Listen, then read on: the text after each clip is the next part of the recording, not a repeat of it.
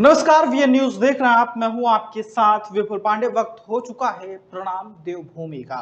बता दें कि सबसे पहले खटीमा से खबर सामने आई है, जहां पर आपको बता दें कि एक चोर को रंगे हाथों गिरफ्तार किया गया है। दरअसल मिली जानकारी के मुताबिक जनपद उधम सिंह नगर के सीमांत खटीमा कोतवाली क्षेत्र के टिगरी गांव में निर्माणाधीन मकान में चोरी की घटना को अंजाम दे रहे 3 चोरों को पुलिस ने रंगे हाथ पकड़कर संबंधित धाराओं में निरुद्ध कर माननीय न्यायालय में पेश करते हुए जेल भेज दिया है। आपको बता दें कि भुडाई टिगरी निवासी भूपेंद्र सिंह पोखरिया का सेट जिवरिया स्कूल के पास मकान का निर्माण चल रहा है, जहां निर्माणाधीन मकान में शुक्रवार को 3 चोर सरिया व अन्य सामान मौके पर चोरी करते हुए पाए गए। वहीं मकान मालिक ने ग्रामीणों की मदद से घेराबंदी कर तीनों चोरों को रंगे हाथ पकड़कर पुलिस को सुपुर्द कर दिया।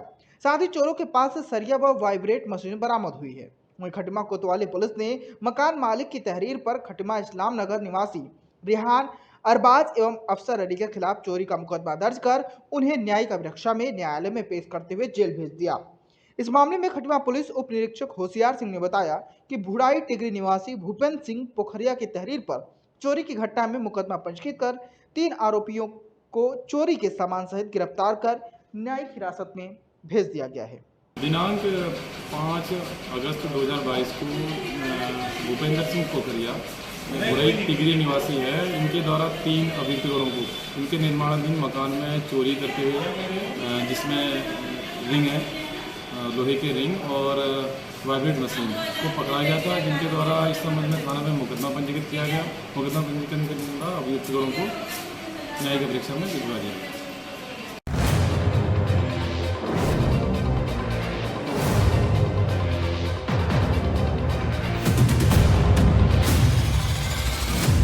बढ़ते अगली खबर की ओर। अगली खबर लालकुआं से सामने आई है, जहां पर आपको बता दें कि मुहर्रम को लेकर तैयारियां पूरी हो चुकी हैं। तो जोरों शोरों से तैयारी चल रही थी। आपको बता दें कि जिसके मद्देनजर कोतवाली परिसर में जिला प्रशासन और पुलिस ने मुस्लिम समुदाय और क्षेत्र के लोगों के साथ एक महत्वपूर्ण बैठक की, जिसमें आपस में कई सारे सुझाव रखे गए, जिसके चलते मुहर्रम का त्यौहार 9 तारीख को मनाया जाएगा।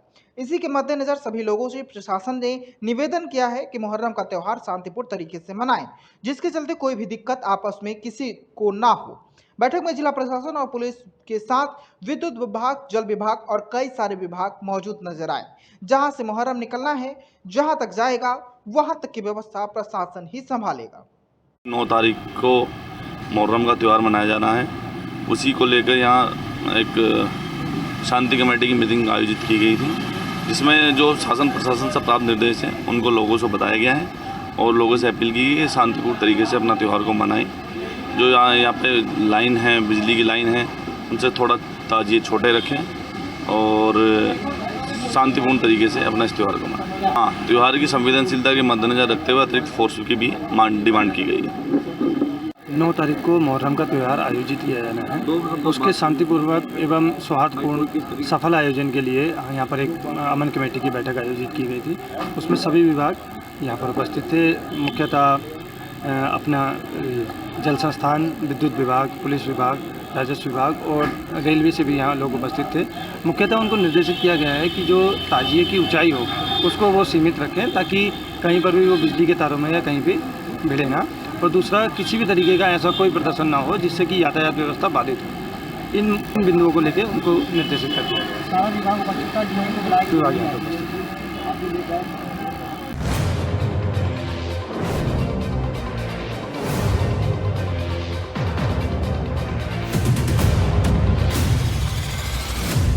बढ़ते अगली खबर की ओर। हल्द्वानी से खबर सामने आई है, जहां पर ठेकेदार इन दिनों लगातार प्रताड़ित हो रहे हैं और वो अब आपको बता दें कि उन्होंने धरना प्रदर्शन शुरू कर दिया है। बीते दिनों जिस तरीके से बता दें कि 10 दिनों से लगातार ठेकेदार जो हैं वो आंदोलन कर रहे हैं और अपने आंदोलन के 10वें दिन उन्होंने सरकार के खिलाफ बुद्धि शुद्धि यज्ञ करते हुए कहा कि सरकार ठेकेदारों का उत्पीड़न कर रही है। कई डिवीजन में ठेकेदारों को पेमेंट रोक दिया गया है। कॉन्ट्रैक्टर वेलफेयर सोसाइटी के अध्यक्ष का कहना है कि सरकार द्वारा ठेकेदारों द्वारा कार्य किया जाने के बाद भी अवैध खनन नियमावली 2005 जोड़ा जा रहा है, जो कि बिल्कुल भी न्याय संगत नहीं है। यह अवैध खनन नियमावली खनन पट्टे और रेता बजरी का स्ट्रोक करने वाले पट्टे धारकों के लिए बनाया गया था, लेकिन इसे राज्य के ठेकेदारों के ऊपर लगाया जाना बिल्कुल भी गलत है और अभी यह नियम लगाया भी नहीं गया है। उससे पहले ही विभिन्न निर्माण खंडों में ठेकेदारों के भुगतान पर रोक लगा दी है। लिहाजा सभी कॉन्ट्रैक्टर सरकार के खिलाफ धरने पर हैं और आज बुद्धि शुद्धि यज्ञ कर सरकार को चिताने का भी प्रयास किया। प्रदेश सरकार द्वारा ठेकेदारों की रॉयल्टी पर अवैध खनन नियमावली 2005 जोड़ी जा रही है, उसके विरोध में हम सभी ठेकेदार और प्रदेश के सारे ठेकेदार विरोध में हैं। परेशानी है कि यह जो नियमावली है यह न्याय संगत नहीं है। इसकी वजह से सभी ठेकेदारों को आर्थिक बहुत हानि होगी, क्योंकि ये जो नियमावली बनाई गई थी 2005, यह बनाई गई थी पट्टा धारकों के लिए, सुपर स्टॉकिस्ट के लिए और जो भी मतलब क्रेशर वगैरह में स्टॉक रहता है उनके लिए।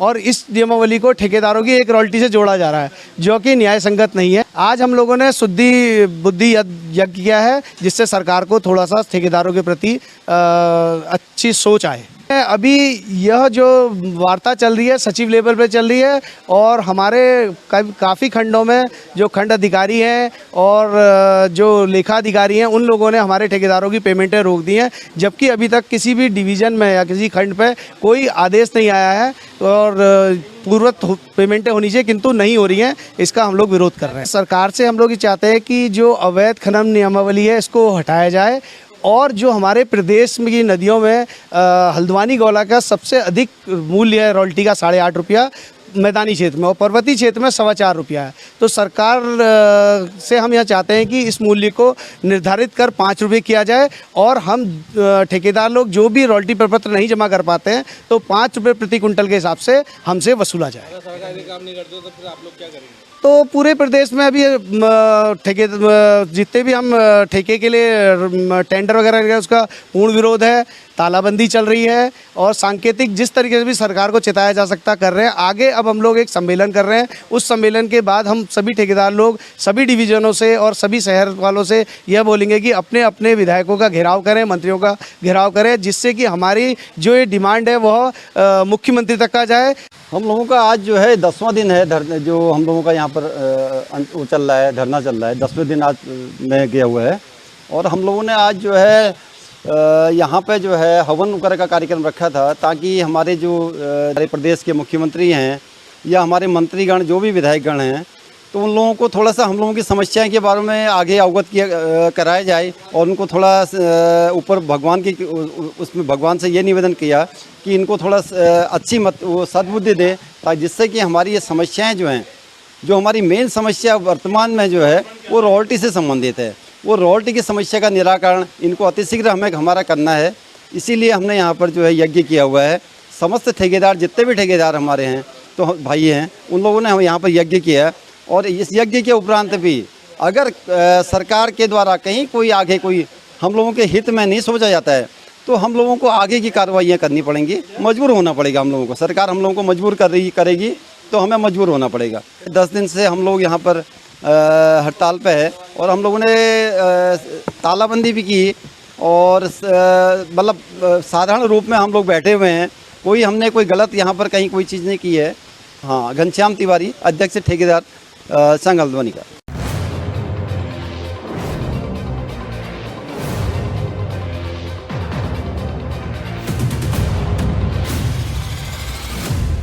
बढ़ते अगली खबर की ओर। अगली खबर उधम सिंह नगर से सामने आई है, जहां पर आपको बता दें कि प्रशासन का बुलडोजर चला है। जहां पर अवैध कब्जा लोगों ने बनाया था, उन कब्जों पर अब प्रशासन सख्त हो चुका है और अवैध बुलडोजर चलाया गया है। दरअसल उधम सिंह नगर जनपद के सीमांत नगर पालिका खटिमा में मुख्य बाजार में जो है जामा मस्जिद के सामने ही हो रहे अवैध निर्माण पर प्रशासन की जेसीबी गर्जी और प्रशासन ने अवैध निर्माण को गिराकर जमीन पर जो कब्जा किया गया था उसे खाली करवाया। सरकारी जमीनों पर अवैध निर्माण के मामले लगातार सामने आ रहे थे और ऐसा ही जिस तरीके से मामला सामने आया खटिमा नगर पालिका क्षेत्र में, तो वहां खटिमा मुख्य बाजार में टनकपुर रोड पर जामा मस्जिद के पास विजय देवल नामक व्यक्ति द्वारा सरकारी जमीन पर अवैध निर्माण किया जा रहा था। सरकारी जमीन पर अवैध निर्माण की सूचना मिलते ही एसडीएम रविंद्र बिष्ट द्वारा नगर पालिका की टीम को लेकर जेसीबी से अवैध निर्माणों को ध्वस्त किया। साथ ही मौके पर पड़ी भवन निर्माण सामग्री को भी कब्जे में लेकर जब्त किया गया। आपको बता दें कि खटिमा प्रशासन द्वारा सरकारी जमीनों पर अवैध निर्माण को लेकर लगातार कार्रवाई की जाती रही है, लेकिन फिर भी अवैध निर्माणकर्ता अपनी आदत से बाज नहीं आ रहे। वहीं खटिमा प्रशासन अवैध निर्माण को लेकर सख्त रवैया अख्तियार किए हुए है। इसी क्रम में एक अवैध निर्माण पर जेसीबी के माध्यम से ध्वस्तीकरण की कार्रवाई की गई। पर जामा मस्जिद के अपोजिट में एक व्यक्ति विजय देवल नाम के व्यक्ति द्वारा कोई अवैध निर्माण कार्य किया जा रहा था। इसकी सूचना जब मुझे प्राप्त हुई तो तत्काल मौके पर मैं गया और वहाँ पर उसका निर्माण कार्य ध्वस्त कर दिया गया है और उसको हमारे कब्जे में लिखा क्योंकि वो जमीन राज्य सरकार की जमीन है। सर बात करें जो है उसका नक्शा पास होना चाहिए, दूसरा खंती में तो नगर पालिका के द्वारा जो है उसको निर्माण कार्य, तो क्या इस बारे में क्या कहेंगे आप उस पर कोई? देखिए नगर पालिका के संज्ञान में ये मामला होना चाहिए था। नगर पालिका के द्वारा अगर ये लापरवाही की जाए तो उसकी भी जांच की जाएगी कि किस व्यक्ति द्वारा इसकी नगर पालिका किस व्यक्ति द्वारा इसकी लापरवाही के कारण ये अवैध निर्माण कार्य किया जा रहा था। सर इस पर नगर पालिका द्वारा गृह कर भी लिया गया है और अन्य डॉक्यूमेंट बताया जा रहा है कि मूल नेपाल का रहने वाला है। देखिए अभी कुछ स्पष्ट रूप से कुछ पता नहीं है कि वो, लेकिन कई लोगों के द्वारा कहा जा रहा है कि वो नेपाली मूल का व्यक्ति है और लेकिन उसके आधार कार्ड और अन्य जो दस्तावेज है वो यहाँ के बन चुके हैं।